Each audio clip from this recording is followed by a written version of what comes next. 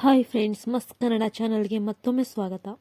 ಕೊನೆಯಿಲ್ಲದ ಕಾಯುವಿಕೆಯ ನಂತರ ಲಕ್ಷ್ಮಿ ತನಗೆ ಜನಿಸಿದ ಮಗುವಿನಿಂದ ಏಕೆ ಬೇರ್ಪಡಬೇಕಾಯಿತು, ಅವಳು ಹಾವಿನಂತೆ ಏಕೆ ಬದಲಾಗಬೇಕಾಯಿತು ಮತ್ತು ಹಸಿವು ನೀಗಿಸಲು ಸಹಾಯಕ್ಕಾಗಿ ಗ್ರಾಮಸ್ಥರ ಬಳಿ ಹೋದಾಗ ಅವರು ಭಯಭೀತರಾಗಿ ಅವಳನ್ನು ಓಡಿಸಿದರು. ಮುಂದೆ ಏನಾಯಿತು? ತನ್ನ ಪ್ರೀತಿಯ ಮಗುವನ್ನು ಬಿಟ್ಟು ಕಾಡಿನಲ್ಲಿ ಹಾವಿನಂತೆ ಅಲೆದಾಡುತ್ತಾ ತಾಯಿಯ ಪ್ರೀತಿಗಾಗಿ ಅವಳು ಅನುಭವಿಸಿದ ಕಷ್ಟಗಳು, ಮಾಡಿದ ತ್ಯಾಗಗಳು ಯಾವುವು? ದೇವರ ಕೃಪೆ ಮತ್ತು ಪರಿಶ್ರಮ ಅಂತಿಮವಾಗಿ ಅವಳನ್ನು ಹೇಗೆ ಮುನ್ನಡೆಸಿತು? ತಾಯಿಯ ಪ್ರೀತಿಯ ಶ್ರೇಷ್ಠತೆ ಮತ್ತು ದೈವಿಕ ಇಚ್ಛೆಯನ್ನು ತಿಳಿಸುವ ಲಕ್ಷ್ಮಿಯ ಈ ಹೃದಯಸ್ಪರ್ಶಿ ಕಥೆಯನ್ನು ನೋಡಿದ ನಂತರ ನೀವು ಅಳುವನ್ನು ನಿಲ್ಲಿಸಲು ಸಾಧ್ಯವೇ ಆಗುವುದಿಲ್ಲ. ಆದರೆ ಈ ಕಥೆಯನ್ನು ನೋಡುವ ಮೊದಲು ಈ ವಿಡಿಯೋವನ್ನು ಲೈಕ್ ಮಾಡಿ ಮತ್ತು ನಿಮ್ಮ ಸ್ನೇಹಿತರೊಂದಿಗೆ ಹಂಚಿಕೊಳ್ಳಿ. ಈ ಕಥೆ ಲಕ್ಷ್ಮಿ ಎಂಬ ಒಬ್ಬ ಬಡ ಮಹಿಳೆಯ ಬಗ್ಗೆ. ಅವಳು ತನ್ನ ಪತಿ ಮಾಧವ್ ಜೊತೆ ಒಂದು ಸಣ್ಣ ಹಳ್ಳಿಯಲ್ಲಿ ವಾಸಿಸುತ್ತಿದ್ದಳು.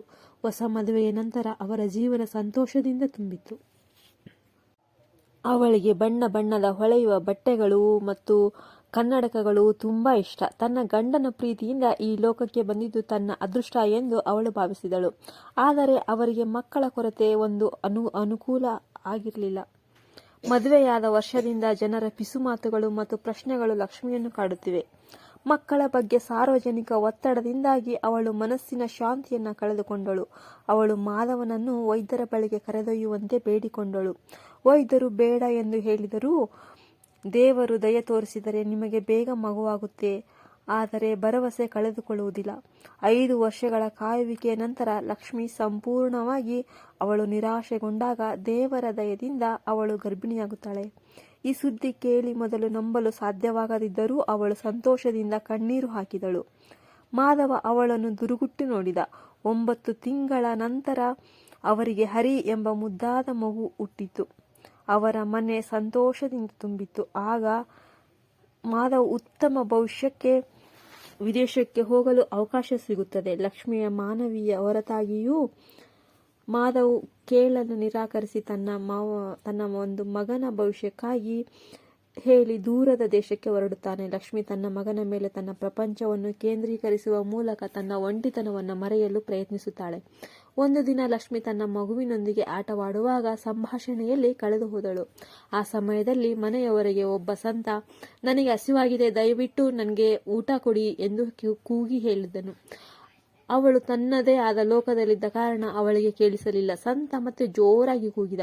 ಒಳಗಿನಿಂದ ಕೇಳಿ ಬರುತ್ತಿದ್ದ ತನ್ನ ಕರೆ ಕೇಳಿಸಿದ ಕಾರಣ ಸಂತನಿಗೆ ಕೋಪ ಬಂತು.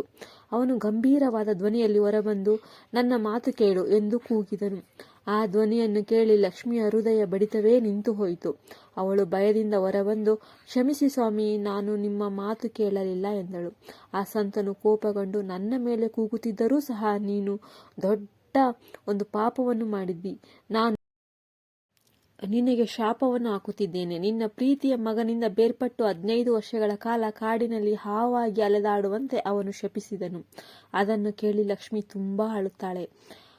ಅವಳು ಅವನ ಪಾದಗಳಿಗೆ ಬಿದ್ದು ತನ್ನ ಸೀರೆಯನ್ನು ಹರಿದುಕೊಂಡಳು. ಅವಳು ಮಗುವನ್ನು ಅವನ ಪಾದಗಳ ಬಳಿ ಇಟ್ಟು ಶಾಪವನ್ನು ತೆಗೆದುಹಾಕುವಂತೆ ಬೇಡಿಕೊಂಡಳು.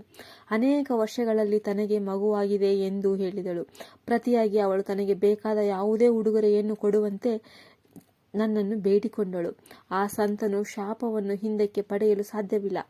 ಆದರೆ ತನ್ನ ಮಾತಿನಂತೆ 15 ವರ್ಷಗಳ ನಂತರ ಅವಳನ್ನು ಒಂದು ಮಗುವಿಗೆ ಮದುವೆ ಮಾಡುವುದಾಗಿ ಹೇಳಿ ಹೊರಟು ಹೋದನು.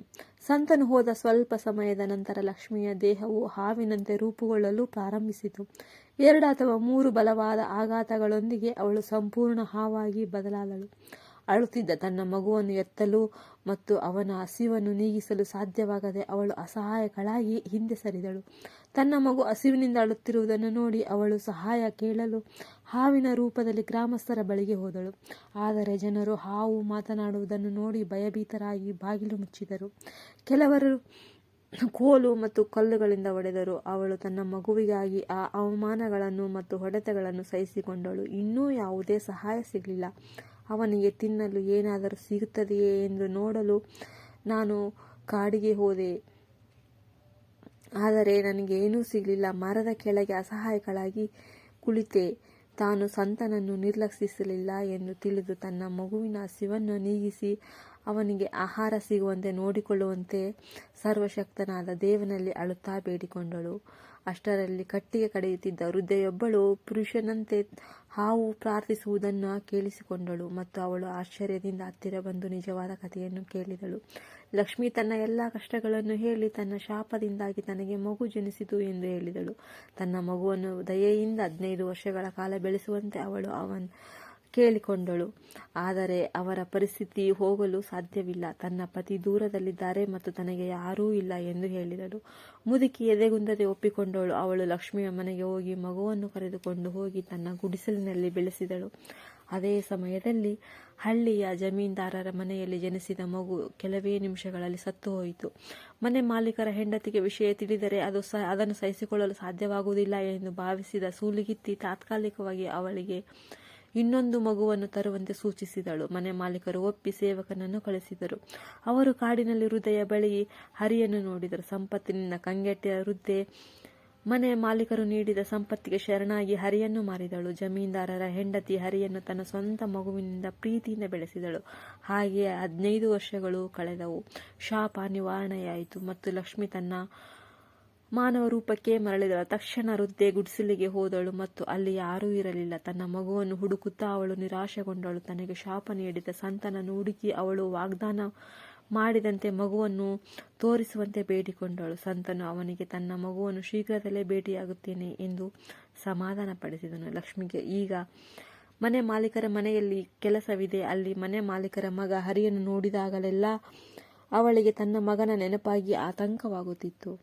ಜಮೀನ್ದಾರನ ಹೆಂಡತಿ ಲಕ್ಷ್ಮಿ ಅವನು ತನ್ನನ್ನು ಹಾಗೆ ನೋಡುತ್ತಿರುವುದನ್ನು ನೋಡಿ ಆರಂಭದಲ್ಲಿ ಕೋಪಗೊಂಡಳು. ಆದರೆ ಅವಳು ಅವನಿಗೆ ತನ್ನ ಕಥೆಯನ್ನು ಹೇಳಿದಾಗ ಅವನಿಗೆ ಕನಿಕರವಾಯಿತು, ಅರ್ಥವಾಯಿತು. ಆದರೆ ಕೆಲವೇ ದಿನಗಳಲ್ಲಿ ಹರಿ ತೀವ್ರ ಅಸ್ವಸ್ಥರಾದರು.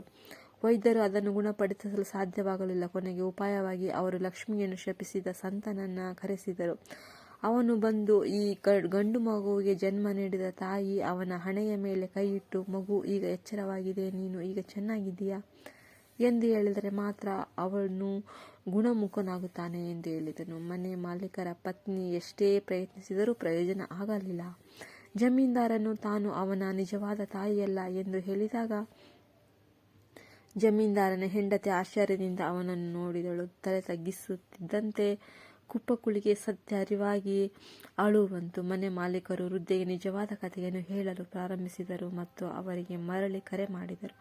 ಆದರೆ ಯಾವುದೇ ಪ್ರಯೋಜನವಾಗಲಿಲ್ಲ. ನಾಚಿಕೆ ಪಟ್ಟ ವೃದ್ಧೆಯೂ ನಡೆದಿದ್ದನ್ನೆಲ್ಲವನ್ನು ಹೇಳಿದಳು. ಆಗ ಅಲ್ಲಿ ಕೆಲಸ ಮಾಡುತ್ತಿದ್ದ ಲಕ್ಷ್ಮಿ ಆ ವೃದ್ಧೆಯ ಮಾತುಗಳನ್ನು ಕೇಳಿ ಆ ಹುಡುಗ ತನ್ನ ಮಗನೇ ಎಂದು ಅರಿತುಕೊಂಡಳು.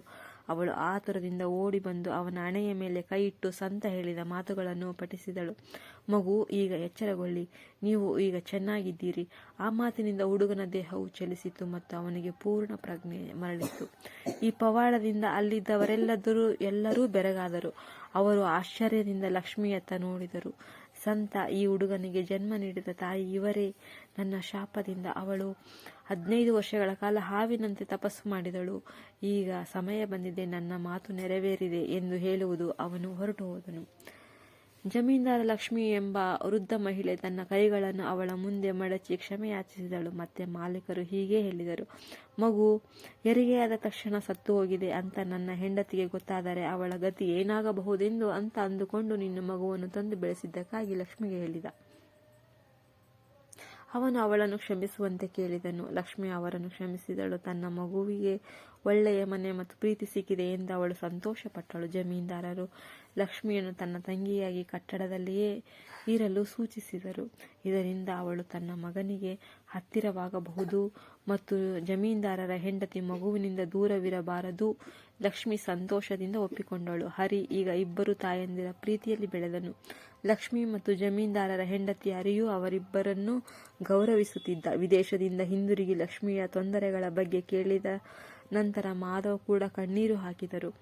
ಅವನು ಅವಳ ತಾಳ್ಮೆ ಮತ್ತು ದೇವರ ಕೃಪೆಯನ್ನು ಮೆಚ್ಚಿದನು. ಅವರು ಆ ಕುಟುಂಬವನ್ನು ಸೇರಿಕೊಂಡು ಸಂತೋಷದಿಂದ ಬದುಕಿದರು. ಆದ್ದರಿಂದ ಸ್ನೇಹಿತರೆ, ಈ ಕಥೆ ನಿಮಗೆ ಇಷ್ಟವಾದರೆ ದಯವಿಟ್ಟು ಇದನ್ನು ಲೈಕ್ ಮಾಡಿ ಮತ್ತು ನಿಮ್ಮ ಸ್ನೇಹಿತರೊಂದಿಗೆ ಹಂಚಿಕೊಳ್ಳಿ. ಜೈ ಹಿಂದ್, ಜೈ ಭಾರತ್ ಮಾತೆ.